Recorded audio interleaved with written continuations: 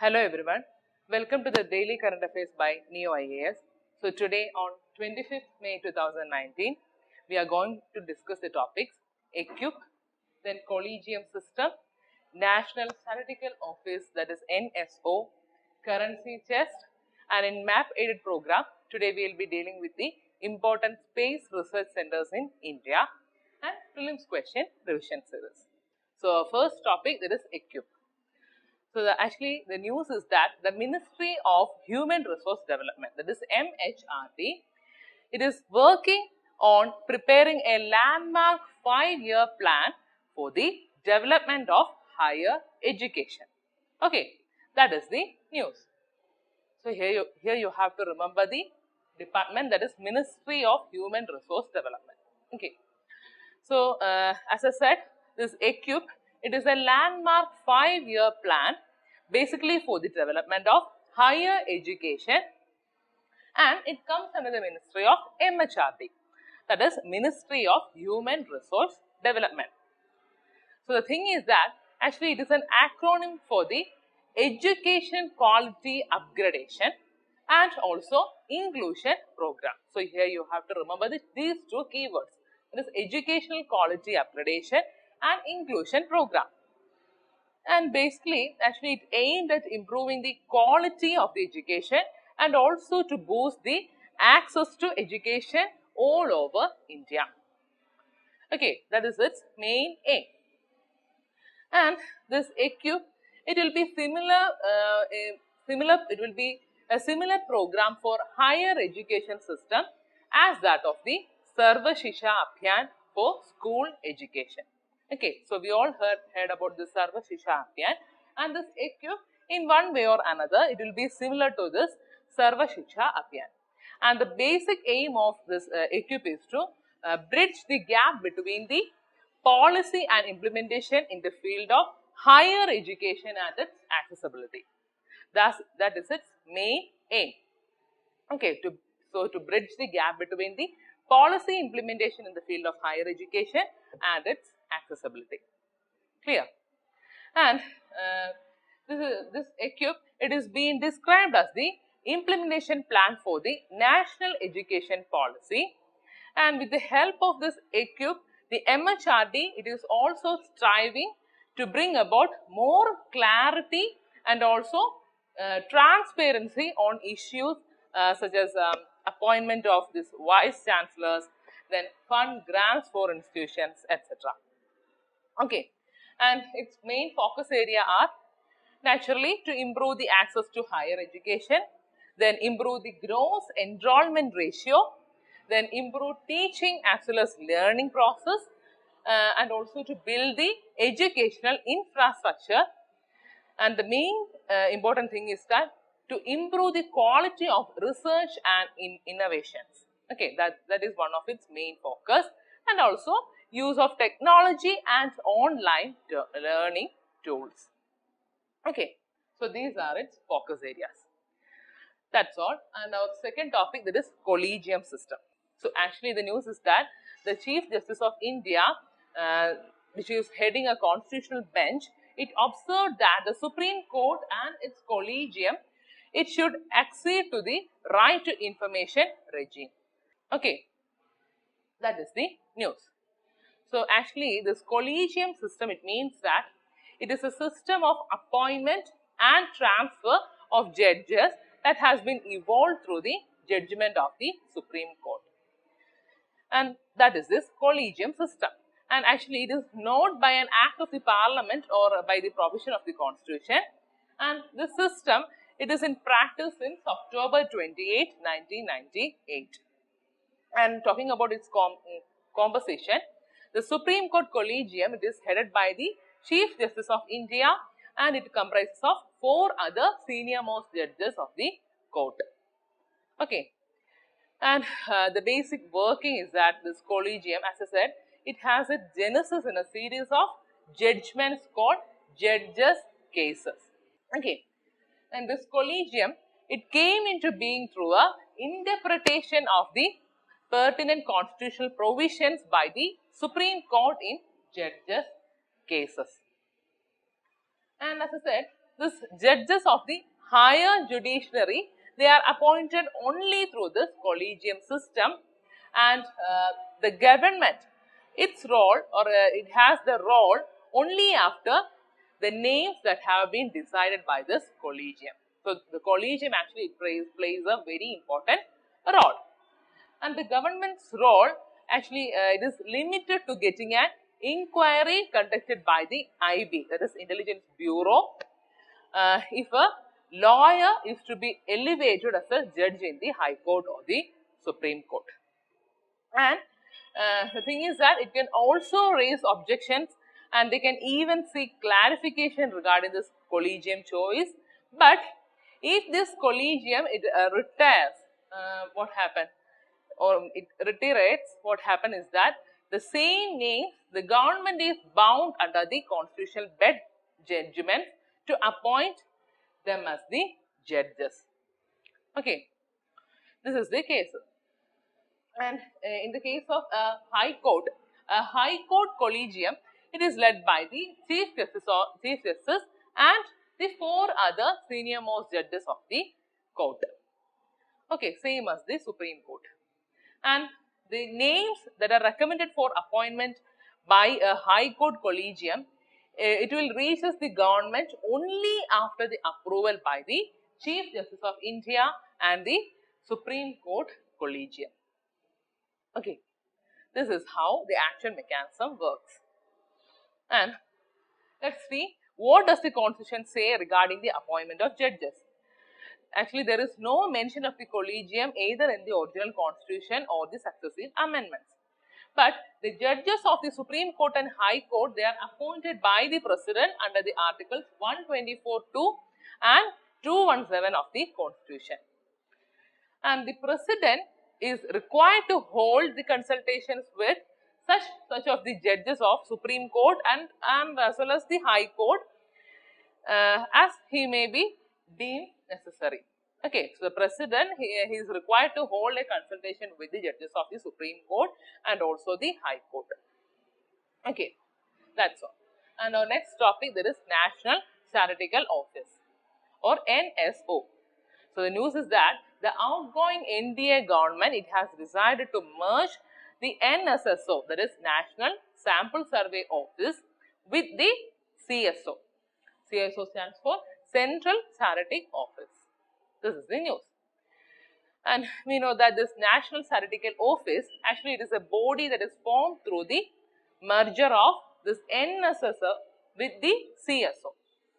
Okay, so this NSSO means National Sample Survey Office, and the CSO stands for Central Statistics Office. And the thing is that it comes under the Ministry of Statistics and Program Implementation. And the proposed NSO, it would be headed by a secretary. That is a Secretary of Statistics and Program Implementation. And the thing is that actually it does not equate the secretary with the Chief Statistician of India as it was done in the earlier resolution that is notified by the Ministry of Statistics and Program Implementation on June 1st, 2005. Okay, that is an exceptional case.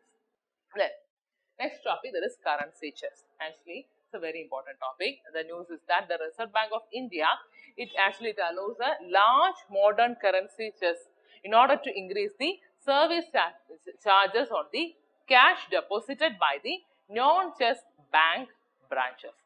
This is the news. Actually, what is a currency chest? This currency chest, they are branches of selected banks that are authorized by the RBI in order to stock rupee notes and also coins. And it is the place where the RBI, it will keep all its excess money of banks under the custody. So the thing is that, so whenever the RBI it prints new currency notes, it first delivers into this currency chest. And then this currency chest, it will deliver this new currencies notes to bank. Or we can say, that this currency chest actually it is a depository of the RBI. And the bank However, this bank, it must maintain a separate account independently of this currency chest. It will be monitored by the RBI. Okay, so how this currency management takes place is that the responsibility for managing the currency in circulation is vested with this RBI. And the central bank, it will advises the center regarding the number of notes to be printed, then the currency denomination or the security features, etc. That is the job of this central bank. And the number of notes that need to be printed, it will be determined using a statistical model that takes a pace of economic growth, then rate of inflation and replacement rate of the soiled notes. And by this time, the government, it has reserved a right to determine the amount of coins that have to be minted. Okay. And certain new guidelines are also created. They are, for the area of the strong room, the vault of at least 1,500 square feet. That is a new guideline. Then for those situated in the hilly regions or inaccessible places, the strong room vault area, it should be at least 600 square feet. So these are some guidelines. Then for those which are situated in the hilly or inaccessible places, the capacity of above 2 lakh, that is 2.1 lakh pieces of banknotes per day. Such type of guidelines are also created. Okay. And today in MAP 80 program, as I said, we will be dealing with the important space research centers in India. And they are, the first one, that is Indian Space Research Organization. It is situated in Bangalore. Then Vikram Sarabhai Space Center. It is situated in Thiruvananthapuram, that is in Kerala. Actually, it is a rocket launching station. And next is Satish Dhawan Space Center. It is in Andhra Pradesh. It is also a rocket launching. And then Space Application Center, it is located in Ahmedabad. Actually, it is used for remote sensing and telecommunication. Okay. And this Master Control Facility, it is in Karnataka, and it is used for geostationary and synchronized satellites. I am talking about Liquid Propulsion System Center. It is located in Kerala as well as in Karnataka. And National Remote Sensing Center, it is located in Hyderabad. And this ISRO Telemetry, Tracking and Command Network, that is ISTRAC, it is located in Bangalore. Okay. So, these are the important space research centers in India. And here I have got a map and all these centers are marked in this. So, please have a look on this important space research organizations in India and its location. Okay. Then, today in Prelims question revision series, our question is, with reference to agriculture soil, consider the following statements. The first one, a high content of organic matter in soil drastically reduce its water holding capacity. Then option 2, soil does not play any role in the sulfur cycle. And option 3, that is irrigation over a period of time, it can contribute to the salinization of some agricultural lands. So these are the options. So which of the following statements is or are correct? Under option A, 1 and 2 only, B, 3 only, C, 1 and 3 only, and D, 1, 2 and 3. Okay. So let's take each statement. So first statement, that is a high content of organic matter in soil, it drastically reduces its water holding capacity. So the thing is that the plants, actually they obtain their nutrients from two natural sources. We know that, the organic matter and the minerals.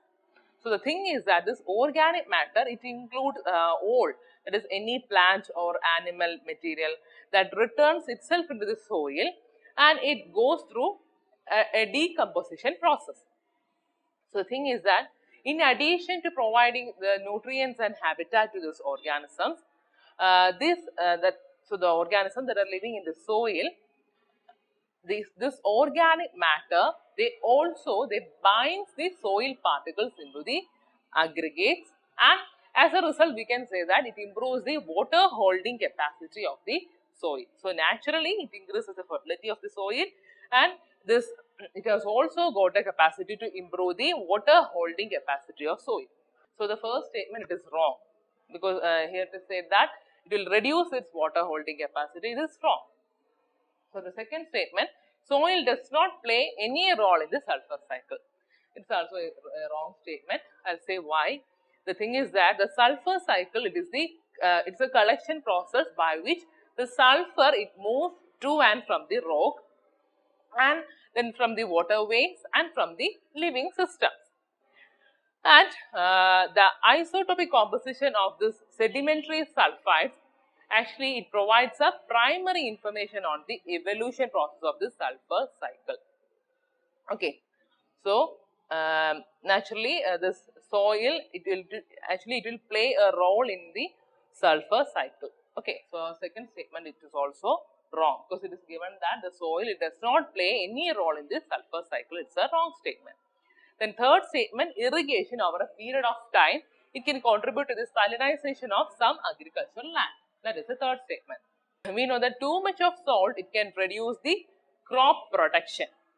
And also this too much of salt, it can reduce the water infiltration in the soil, which have been irrigated for more than 20 years. So a very small quantity or a too little quantity of salt, it can also result in chemically compacted soil. So as a result, we can say that the level of the sodium in the soil, it can result in the soil particles or even its layers of differing soil profiles forming a compacted layer, so that the roots, it will not penetrate deep into the soil. So the third statement, it's the right statement, that the irrigation over a period of time, it can contribute to the salinization of some agriculture lands. So it's a right statement. So our answer is B, that is 3 only. Okay. So our answer is B. So that's all for today's session. You can download the material from the link given below. Thank you for listening.